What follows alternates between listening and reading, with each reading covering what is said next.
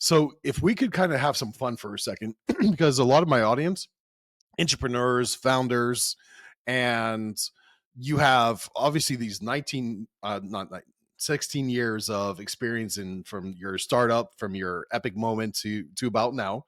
And there's been a lot of journey, a lot of water under that bridge.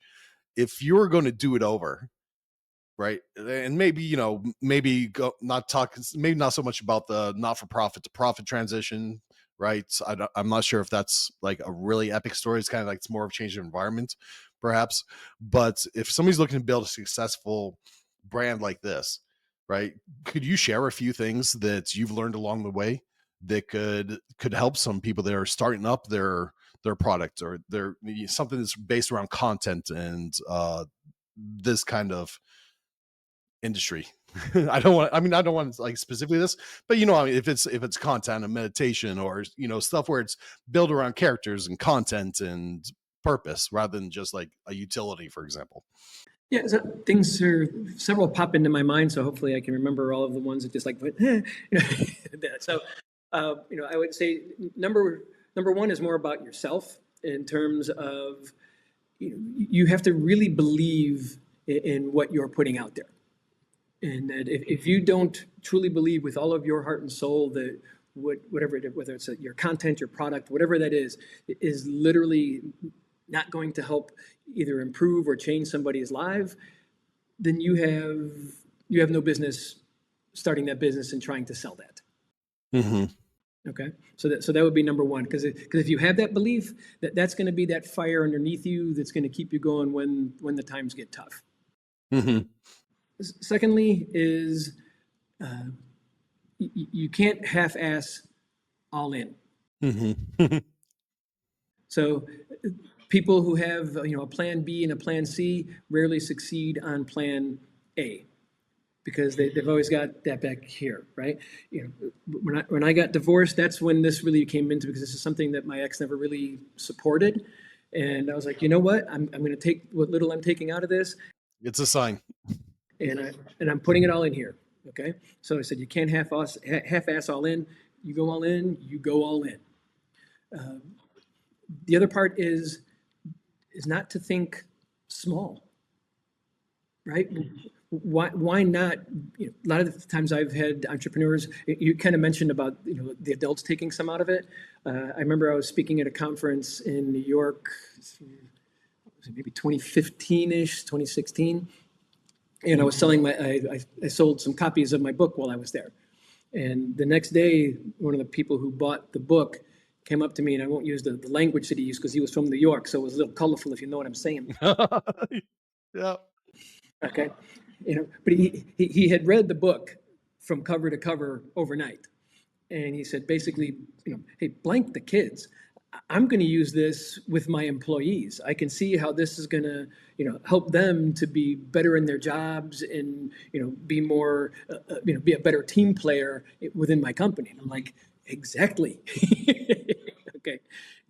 So don't sell yourself short. And this is kind of where I was going back to about that persistence and that ingenuity about when you're a kid, is don't limit where you think your product can go, or don't limit where you might be able to come up with different partnerships and collaborations that you can do to get into markets or groups that you never even thought of that your content would go to.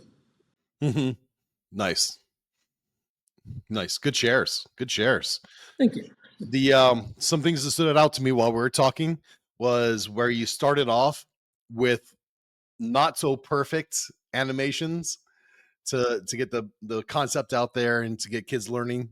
And it seems like that was an indicator of success to help you get going and to help you push forward and over time. And especially now where you're redefining it and you're growing, but you started off with college students, they're able to help you get your ideas going. That stood out a lot. So I think people shouldn't confuse not thinking small with thinking small, also being okay with small steps. Yeah, you got to take the first step. and you can always improve it. So yeah, if you're going to wait for everything to be perfect, it never will be. But it can be perfect for now, and then that's when you can go out and build your team. You know, that's the other thing is you, if you're going to try and do it alone, you're only going to go as far as you can. Uh-huh. Right, and most people can't go very far by themselves because of they don't have skills or expertise in certain areas that you need. So go out and find people who want to be part of your team. But this is probably I would say, I should have mentioned this before when you're like, what was the biggest thing that I've learned? This was it. Is if you have to beg somebody to be on your team, they don't belong on your team. Yep. Okay. You should, when you share your mission, you want to find the people. It's like, you know, how can I help you? How can I be on your team? Because I was initially looking for people to be like on my board and all that kind of stuff. I was looking for names, for stature, etc. And I was basically pleading with people to come and lend their Time, talent. but you know their credibility, if you will, you know their name is like, oh well, you know, if this person's involved, you know it must be great, kind of thing, right? And I found that most of the time they were like, hey, that is a great idea, and they wanted to be part of it so that they could say they were a part of it, as opposed to them being a part of it to actually make the mission succeed and get to where it needs to go. Awesome. Takes a little bit of work to package your concept enough to where people can understand it, to show you, for you to show your value quickly and to start drawing people out. And it takes a little practice.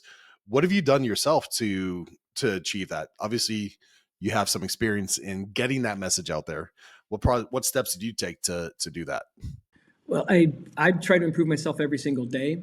So over time, I've worked with several different mentors in terms of whether it be presentation skills, whether it be learning different parts of the business, the branding, et cetera. So I'm always looking to learn from the people who have been there. And I'm going to see if I can remember a quote. David Meltzer, who is one of my advisors, see if I can remember it exactly. The fastest way to get to where you want to go is to find somebody who's already been there and get directions.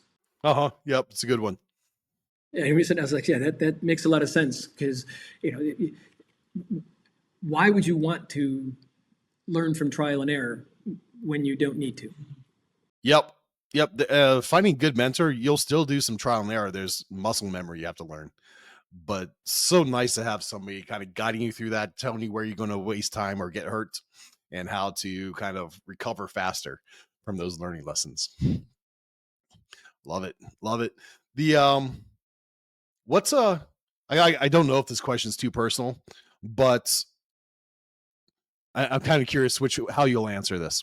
So a lot of content creators and a lot of my entrepreneurs, they're not totally in love with creating content, right? Like they don't see themselves as being the one that is forever creating content.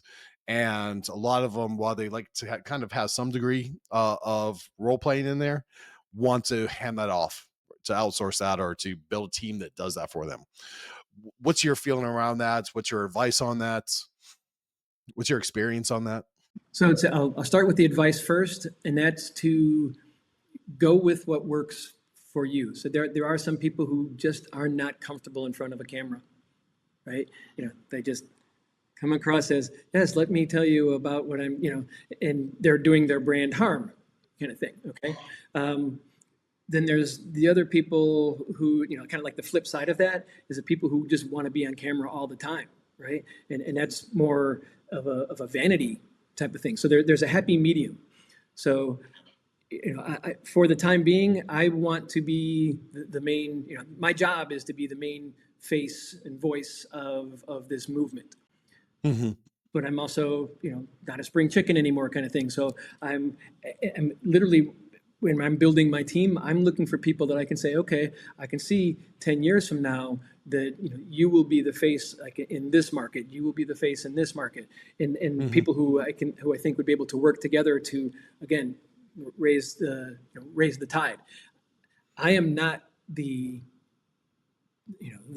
I'm not Oz within my company. Okay. Uh-huh. I'm looking for people to, we all collaborate and we all just work together. So like we find Mhm. people who are great at what they do, ask them what they need from me, and let's roll, kind of thing. Okay. Yep. So that's the advice part of it. Um, how I do this, so like I have no problem, and I by nature I'm a teacher, I'm a coach, right? Hmm. My skill set is not in how to create the content for the web. In other words, Hmm. like the stuff that you see on social media and all the cuts back and forth. I, pardon my language, but I suck at that. you know, Yeah, I'm not amazing at it either. yeah, I tend to sit in front of the camera and provide great content, but it's not, it's not going to win any Academy Awards kind of stuff for how it's Uh-huh. put together.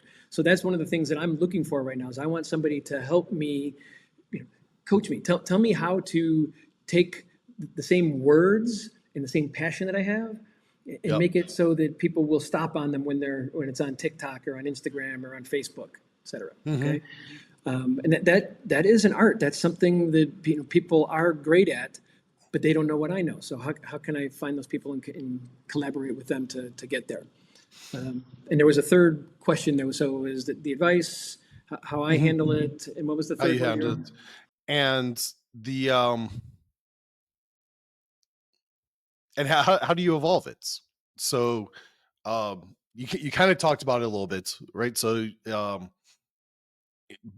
patching things together.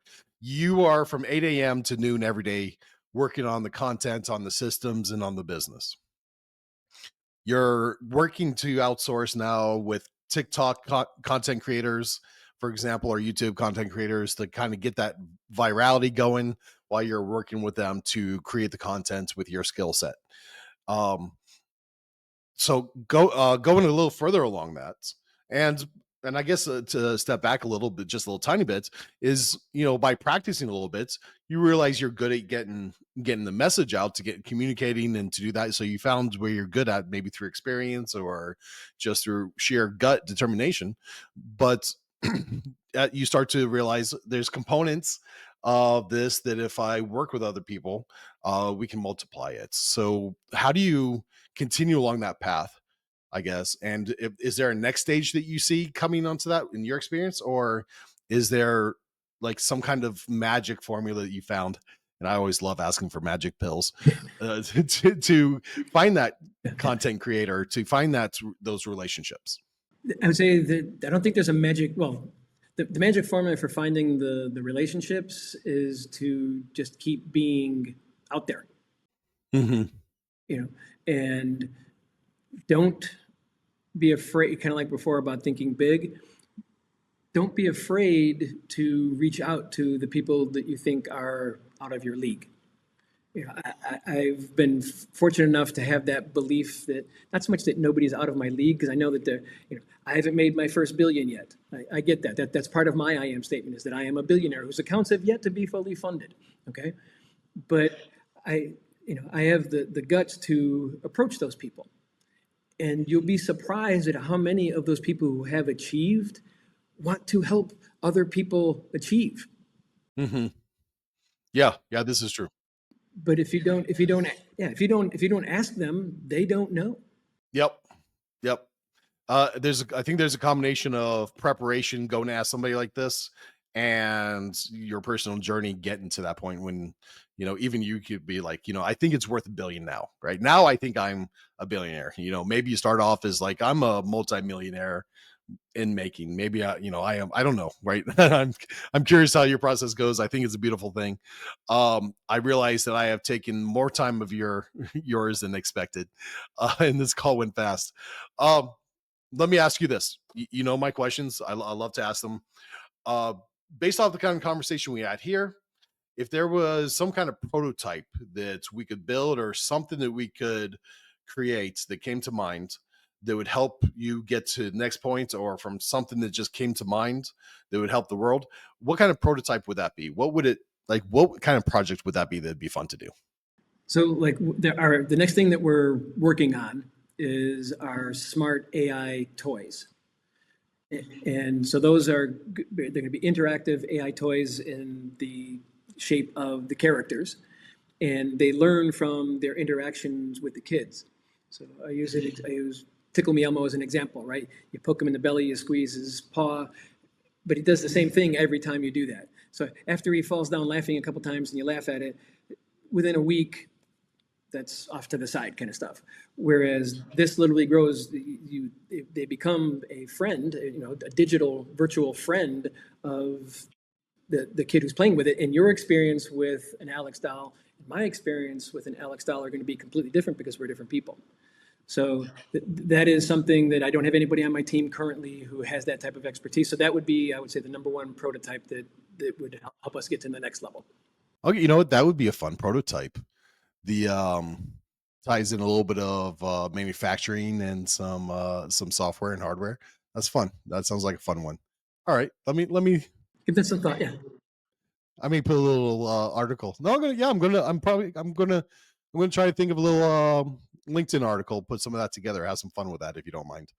The next question, and I warn you, this is coming. It's a hard one, but it's based off this conversation where you probably had no idea where it's going to go.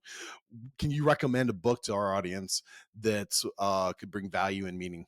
The shameless plugger in me wants to say, well, go get my book, The 10 Secrets to Empower Kids and Awaken the Child in You, on Amazon. I'll put that link in the reference.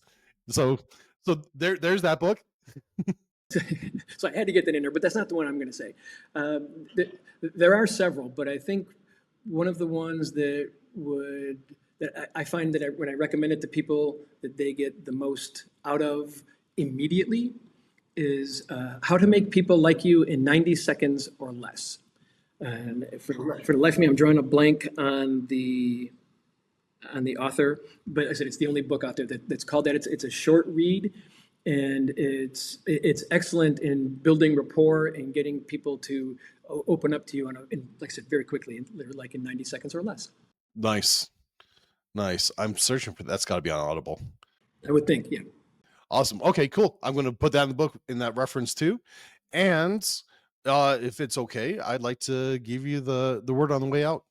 All right. Well, so I end every one of my interactions with kids and families when I work with them, and that is that when I'm done, I tell them to be great. I love it. From the big great guy. Thank you, Hence Mark. the name. It was right. It's great. Be great. I love it. Thank you, Mark. It was a real pleasure, and I had a lot of fun in this conversation. Me too. Thanks. Thank you.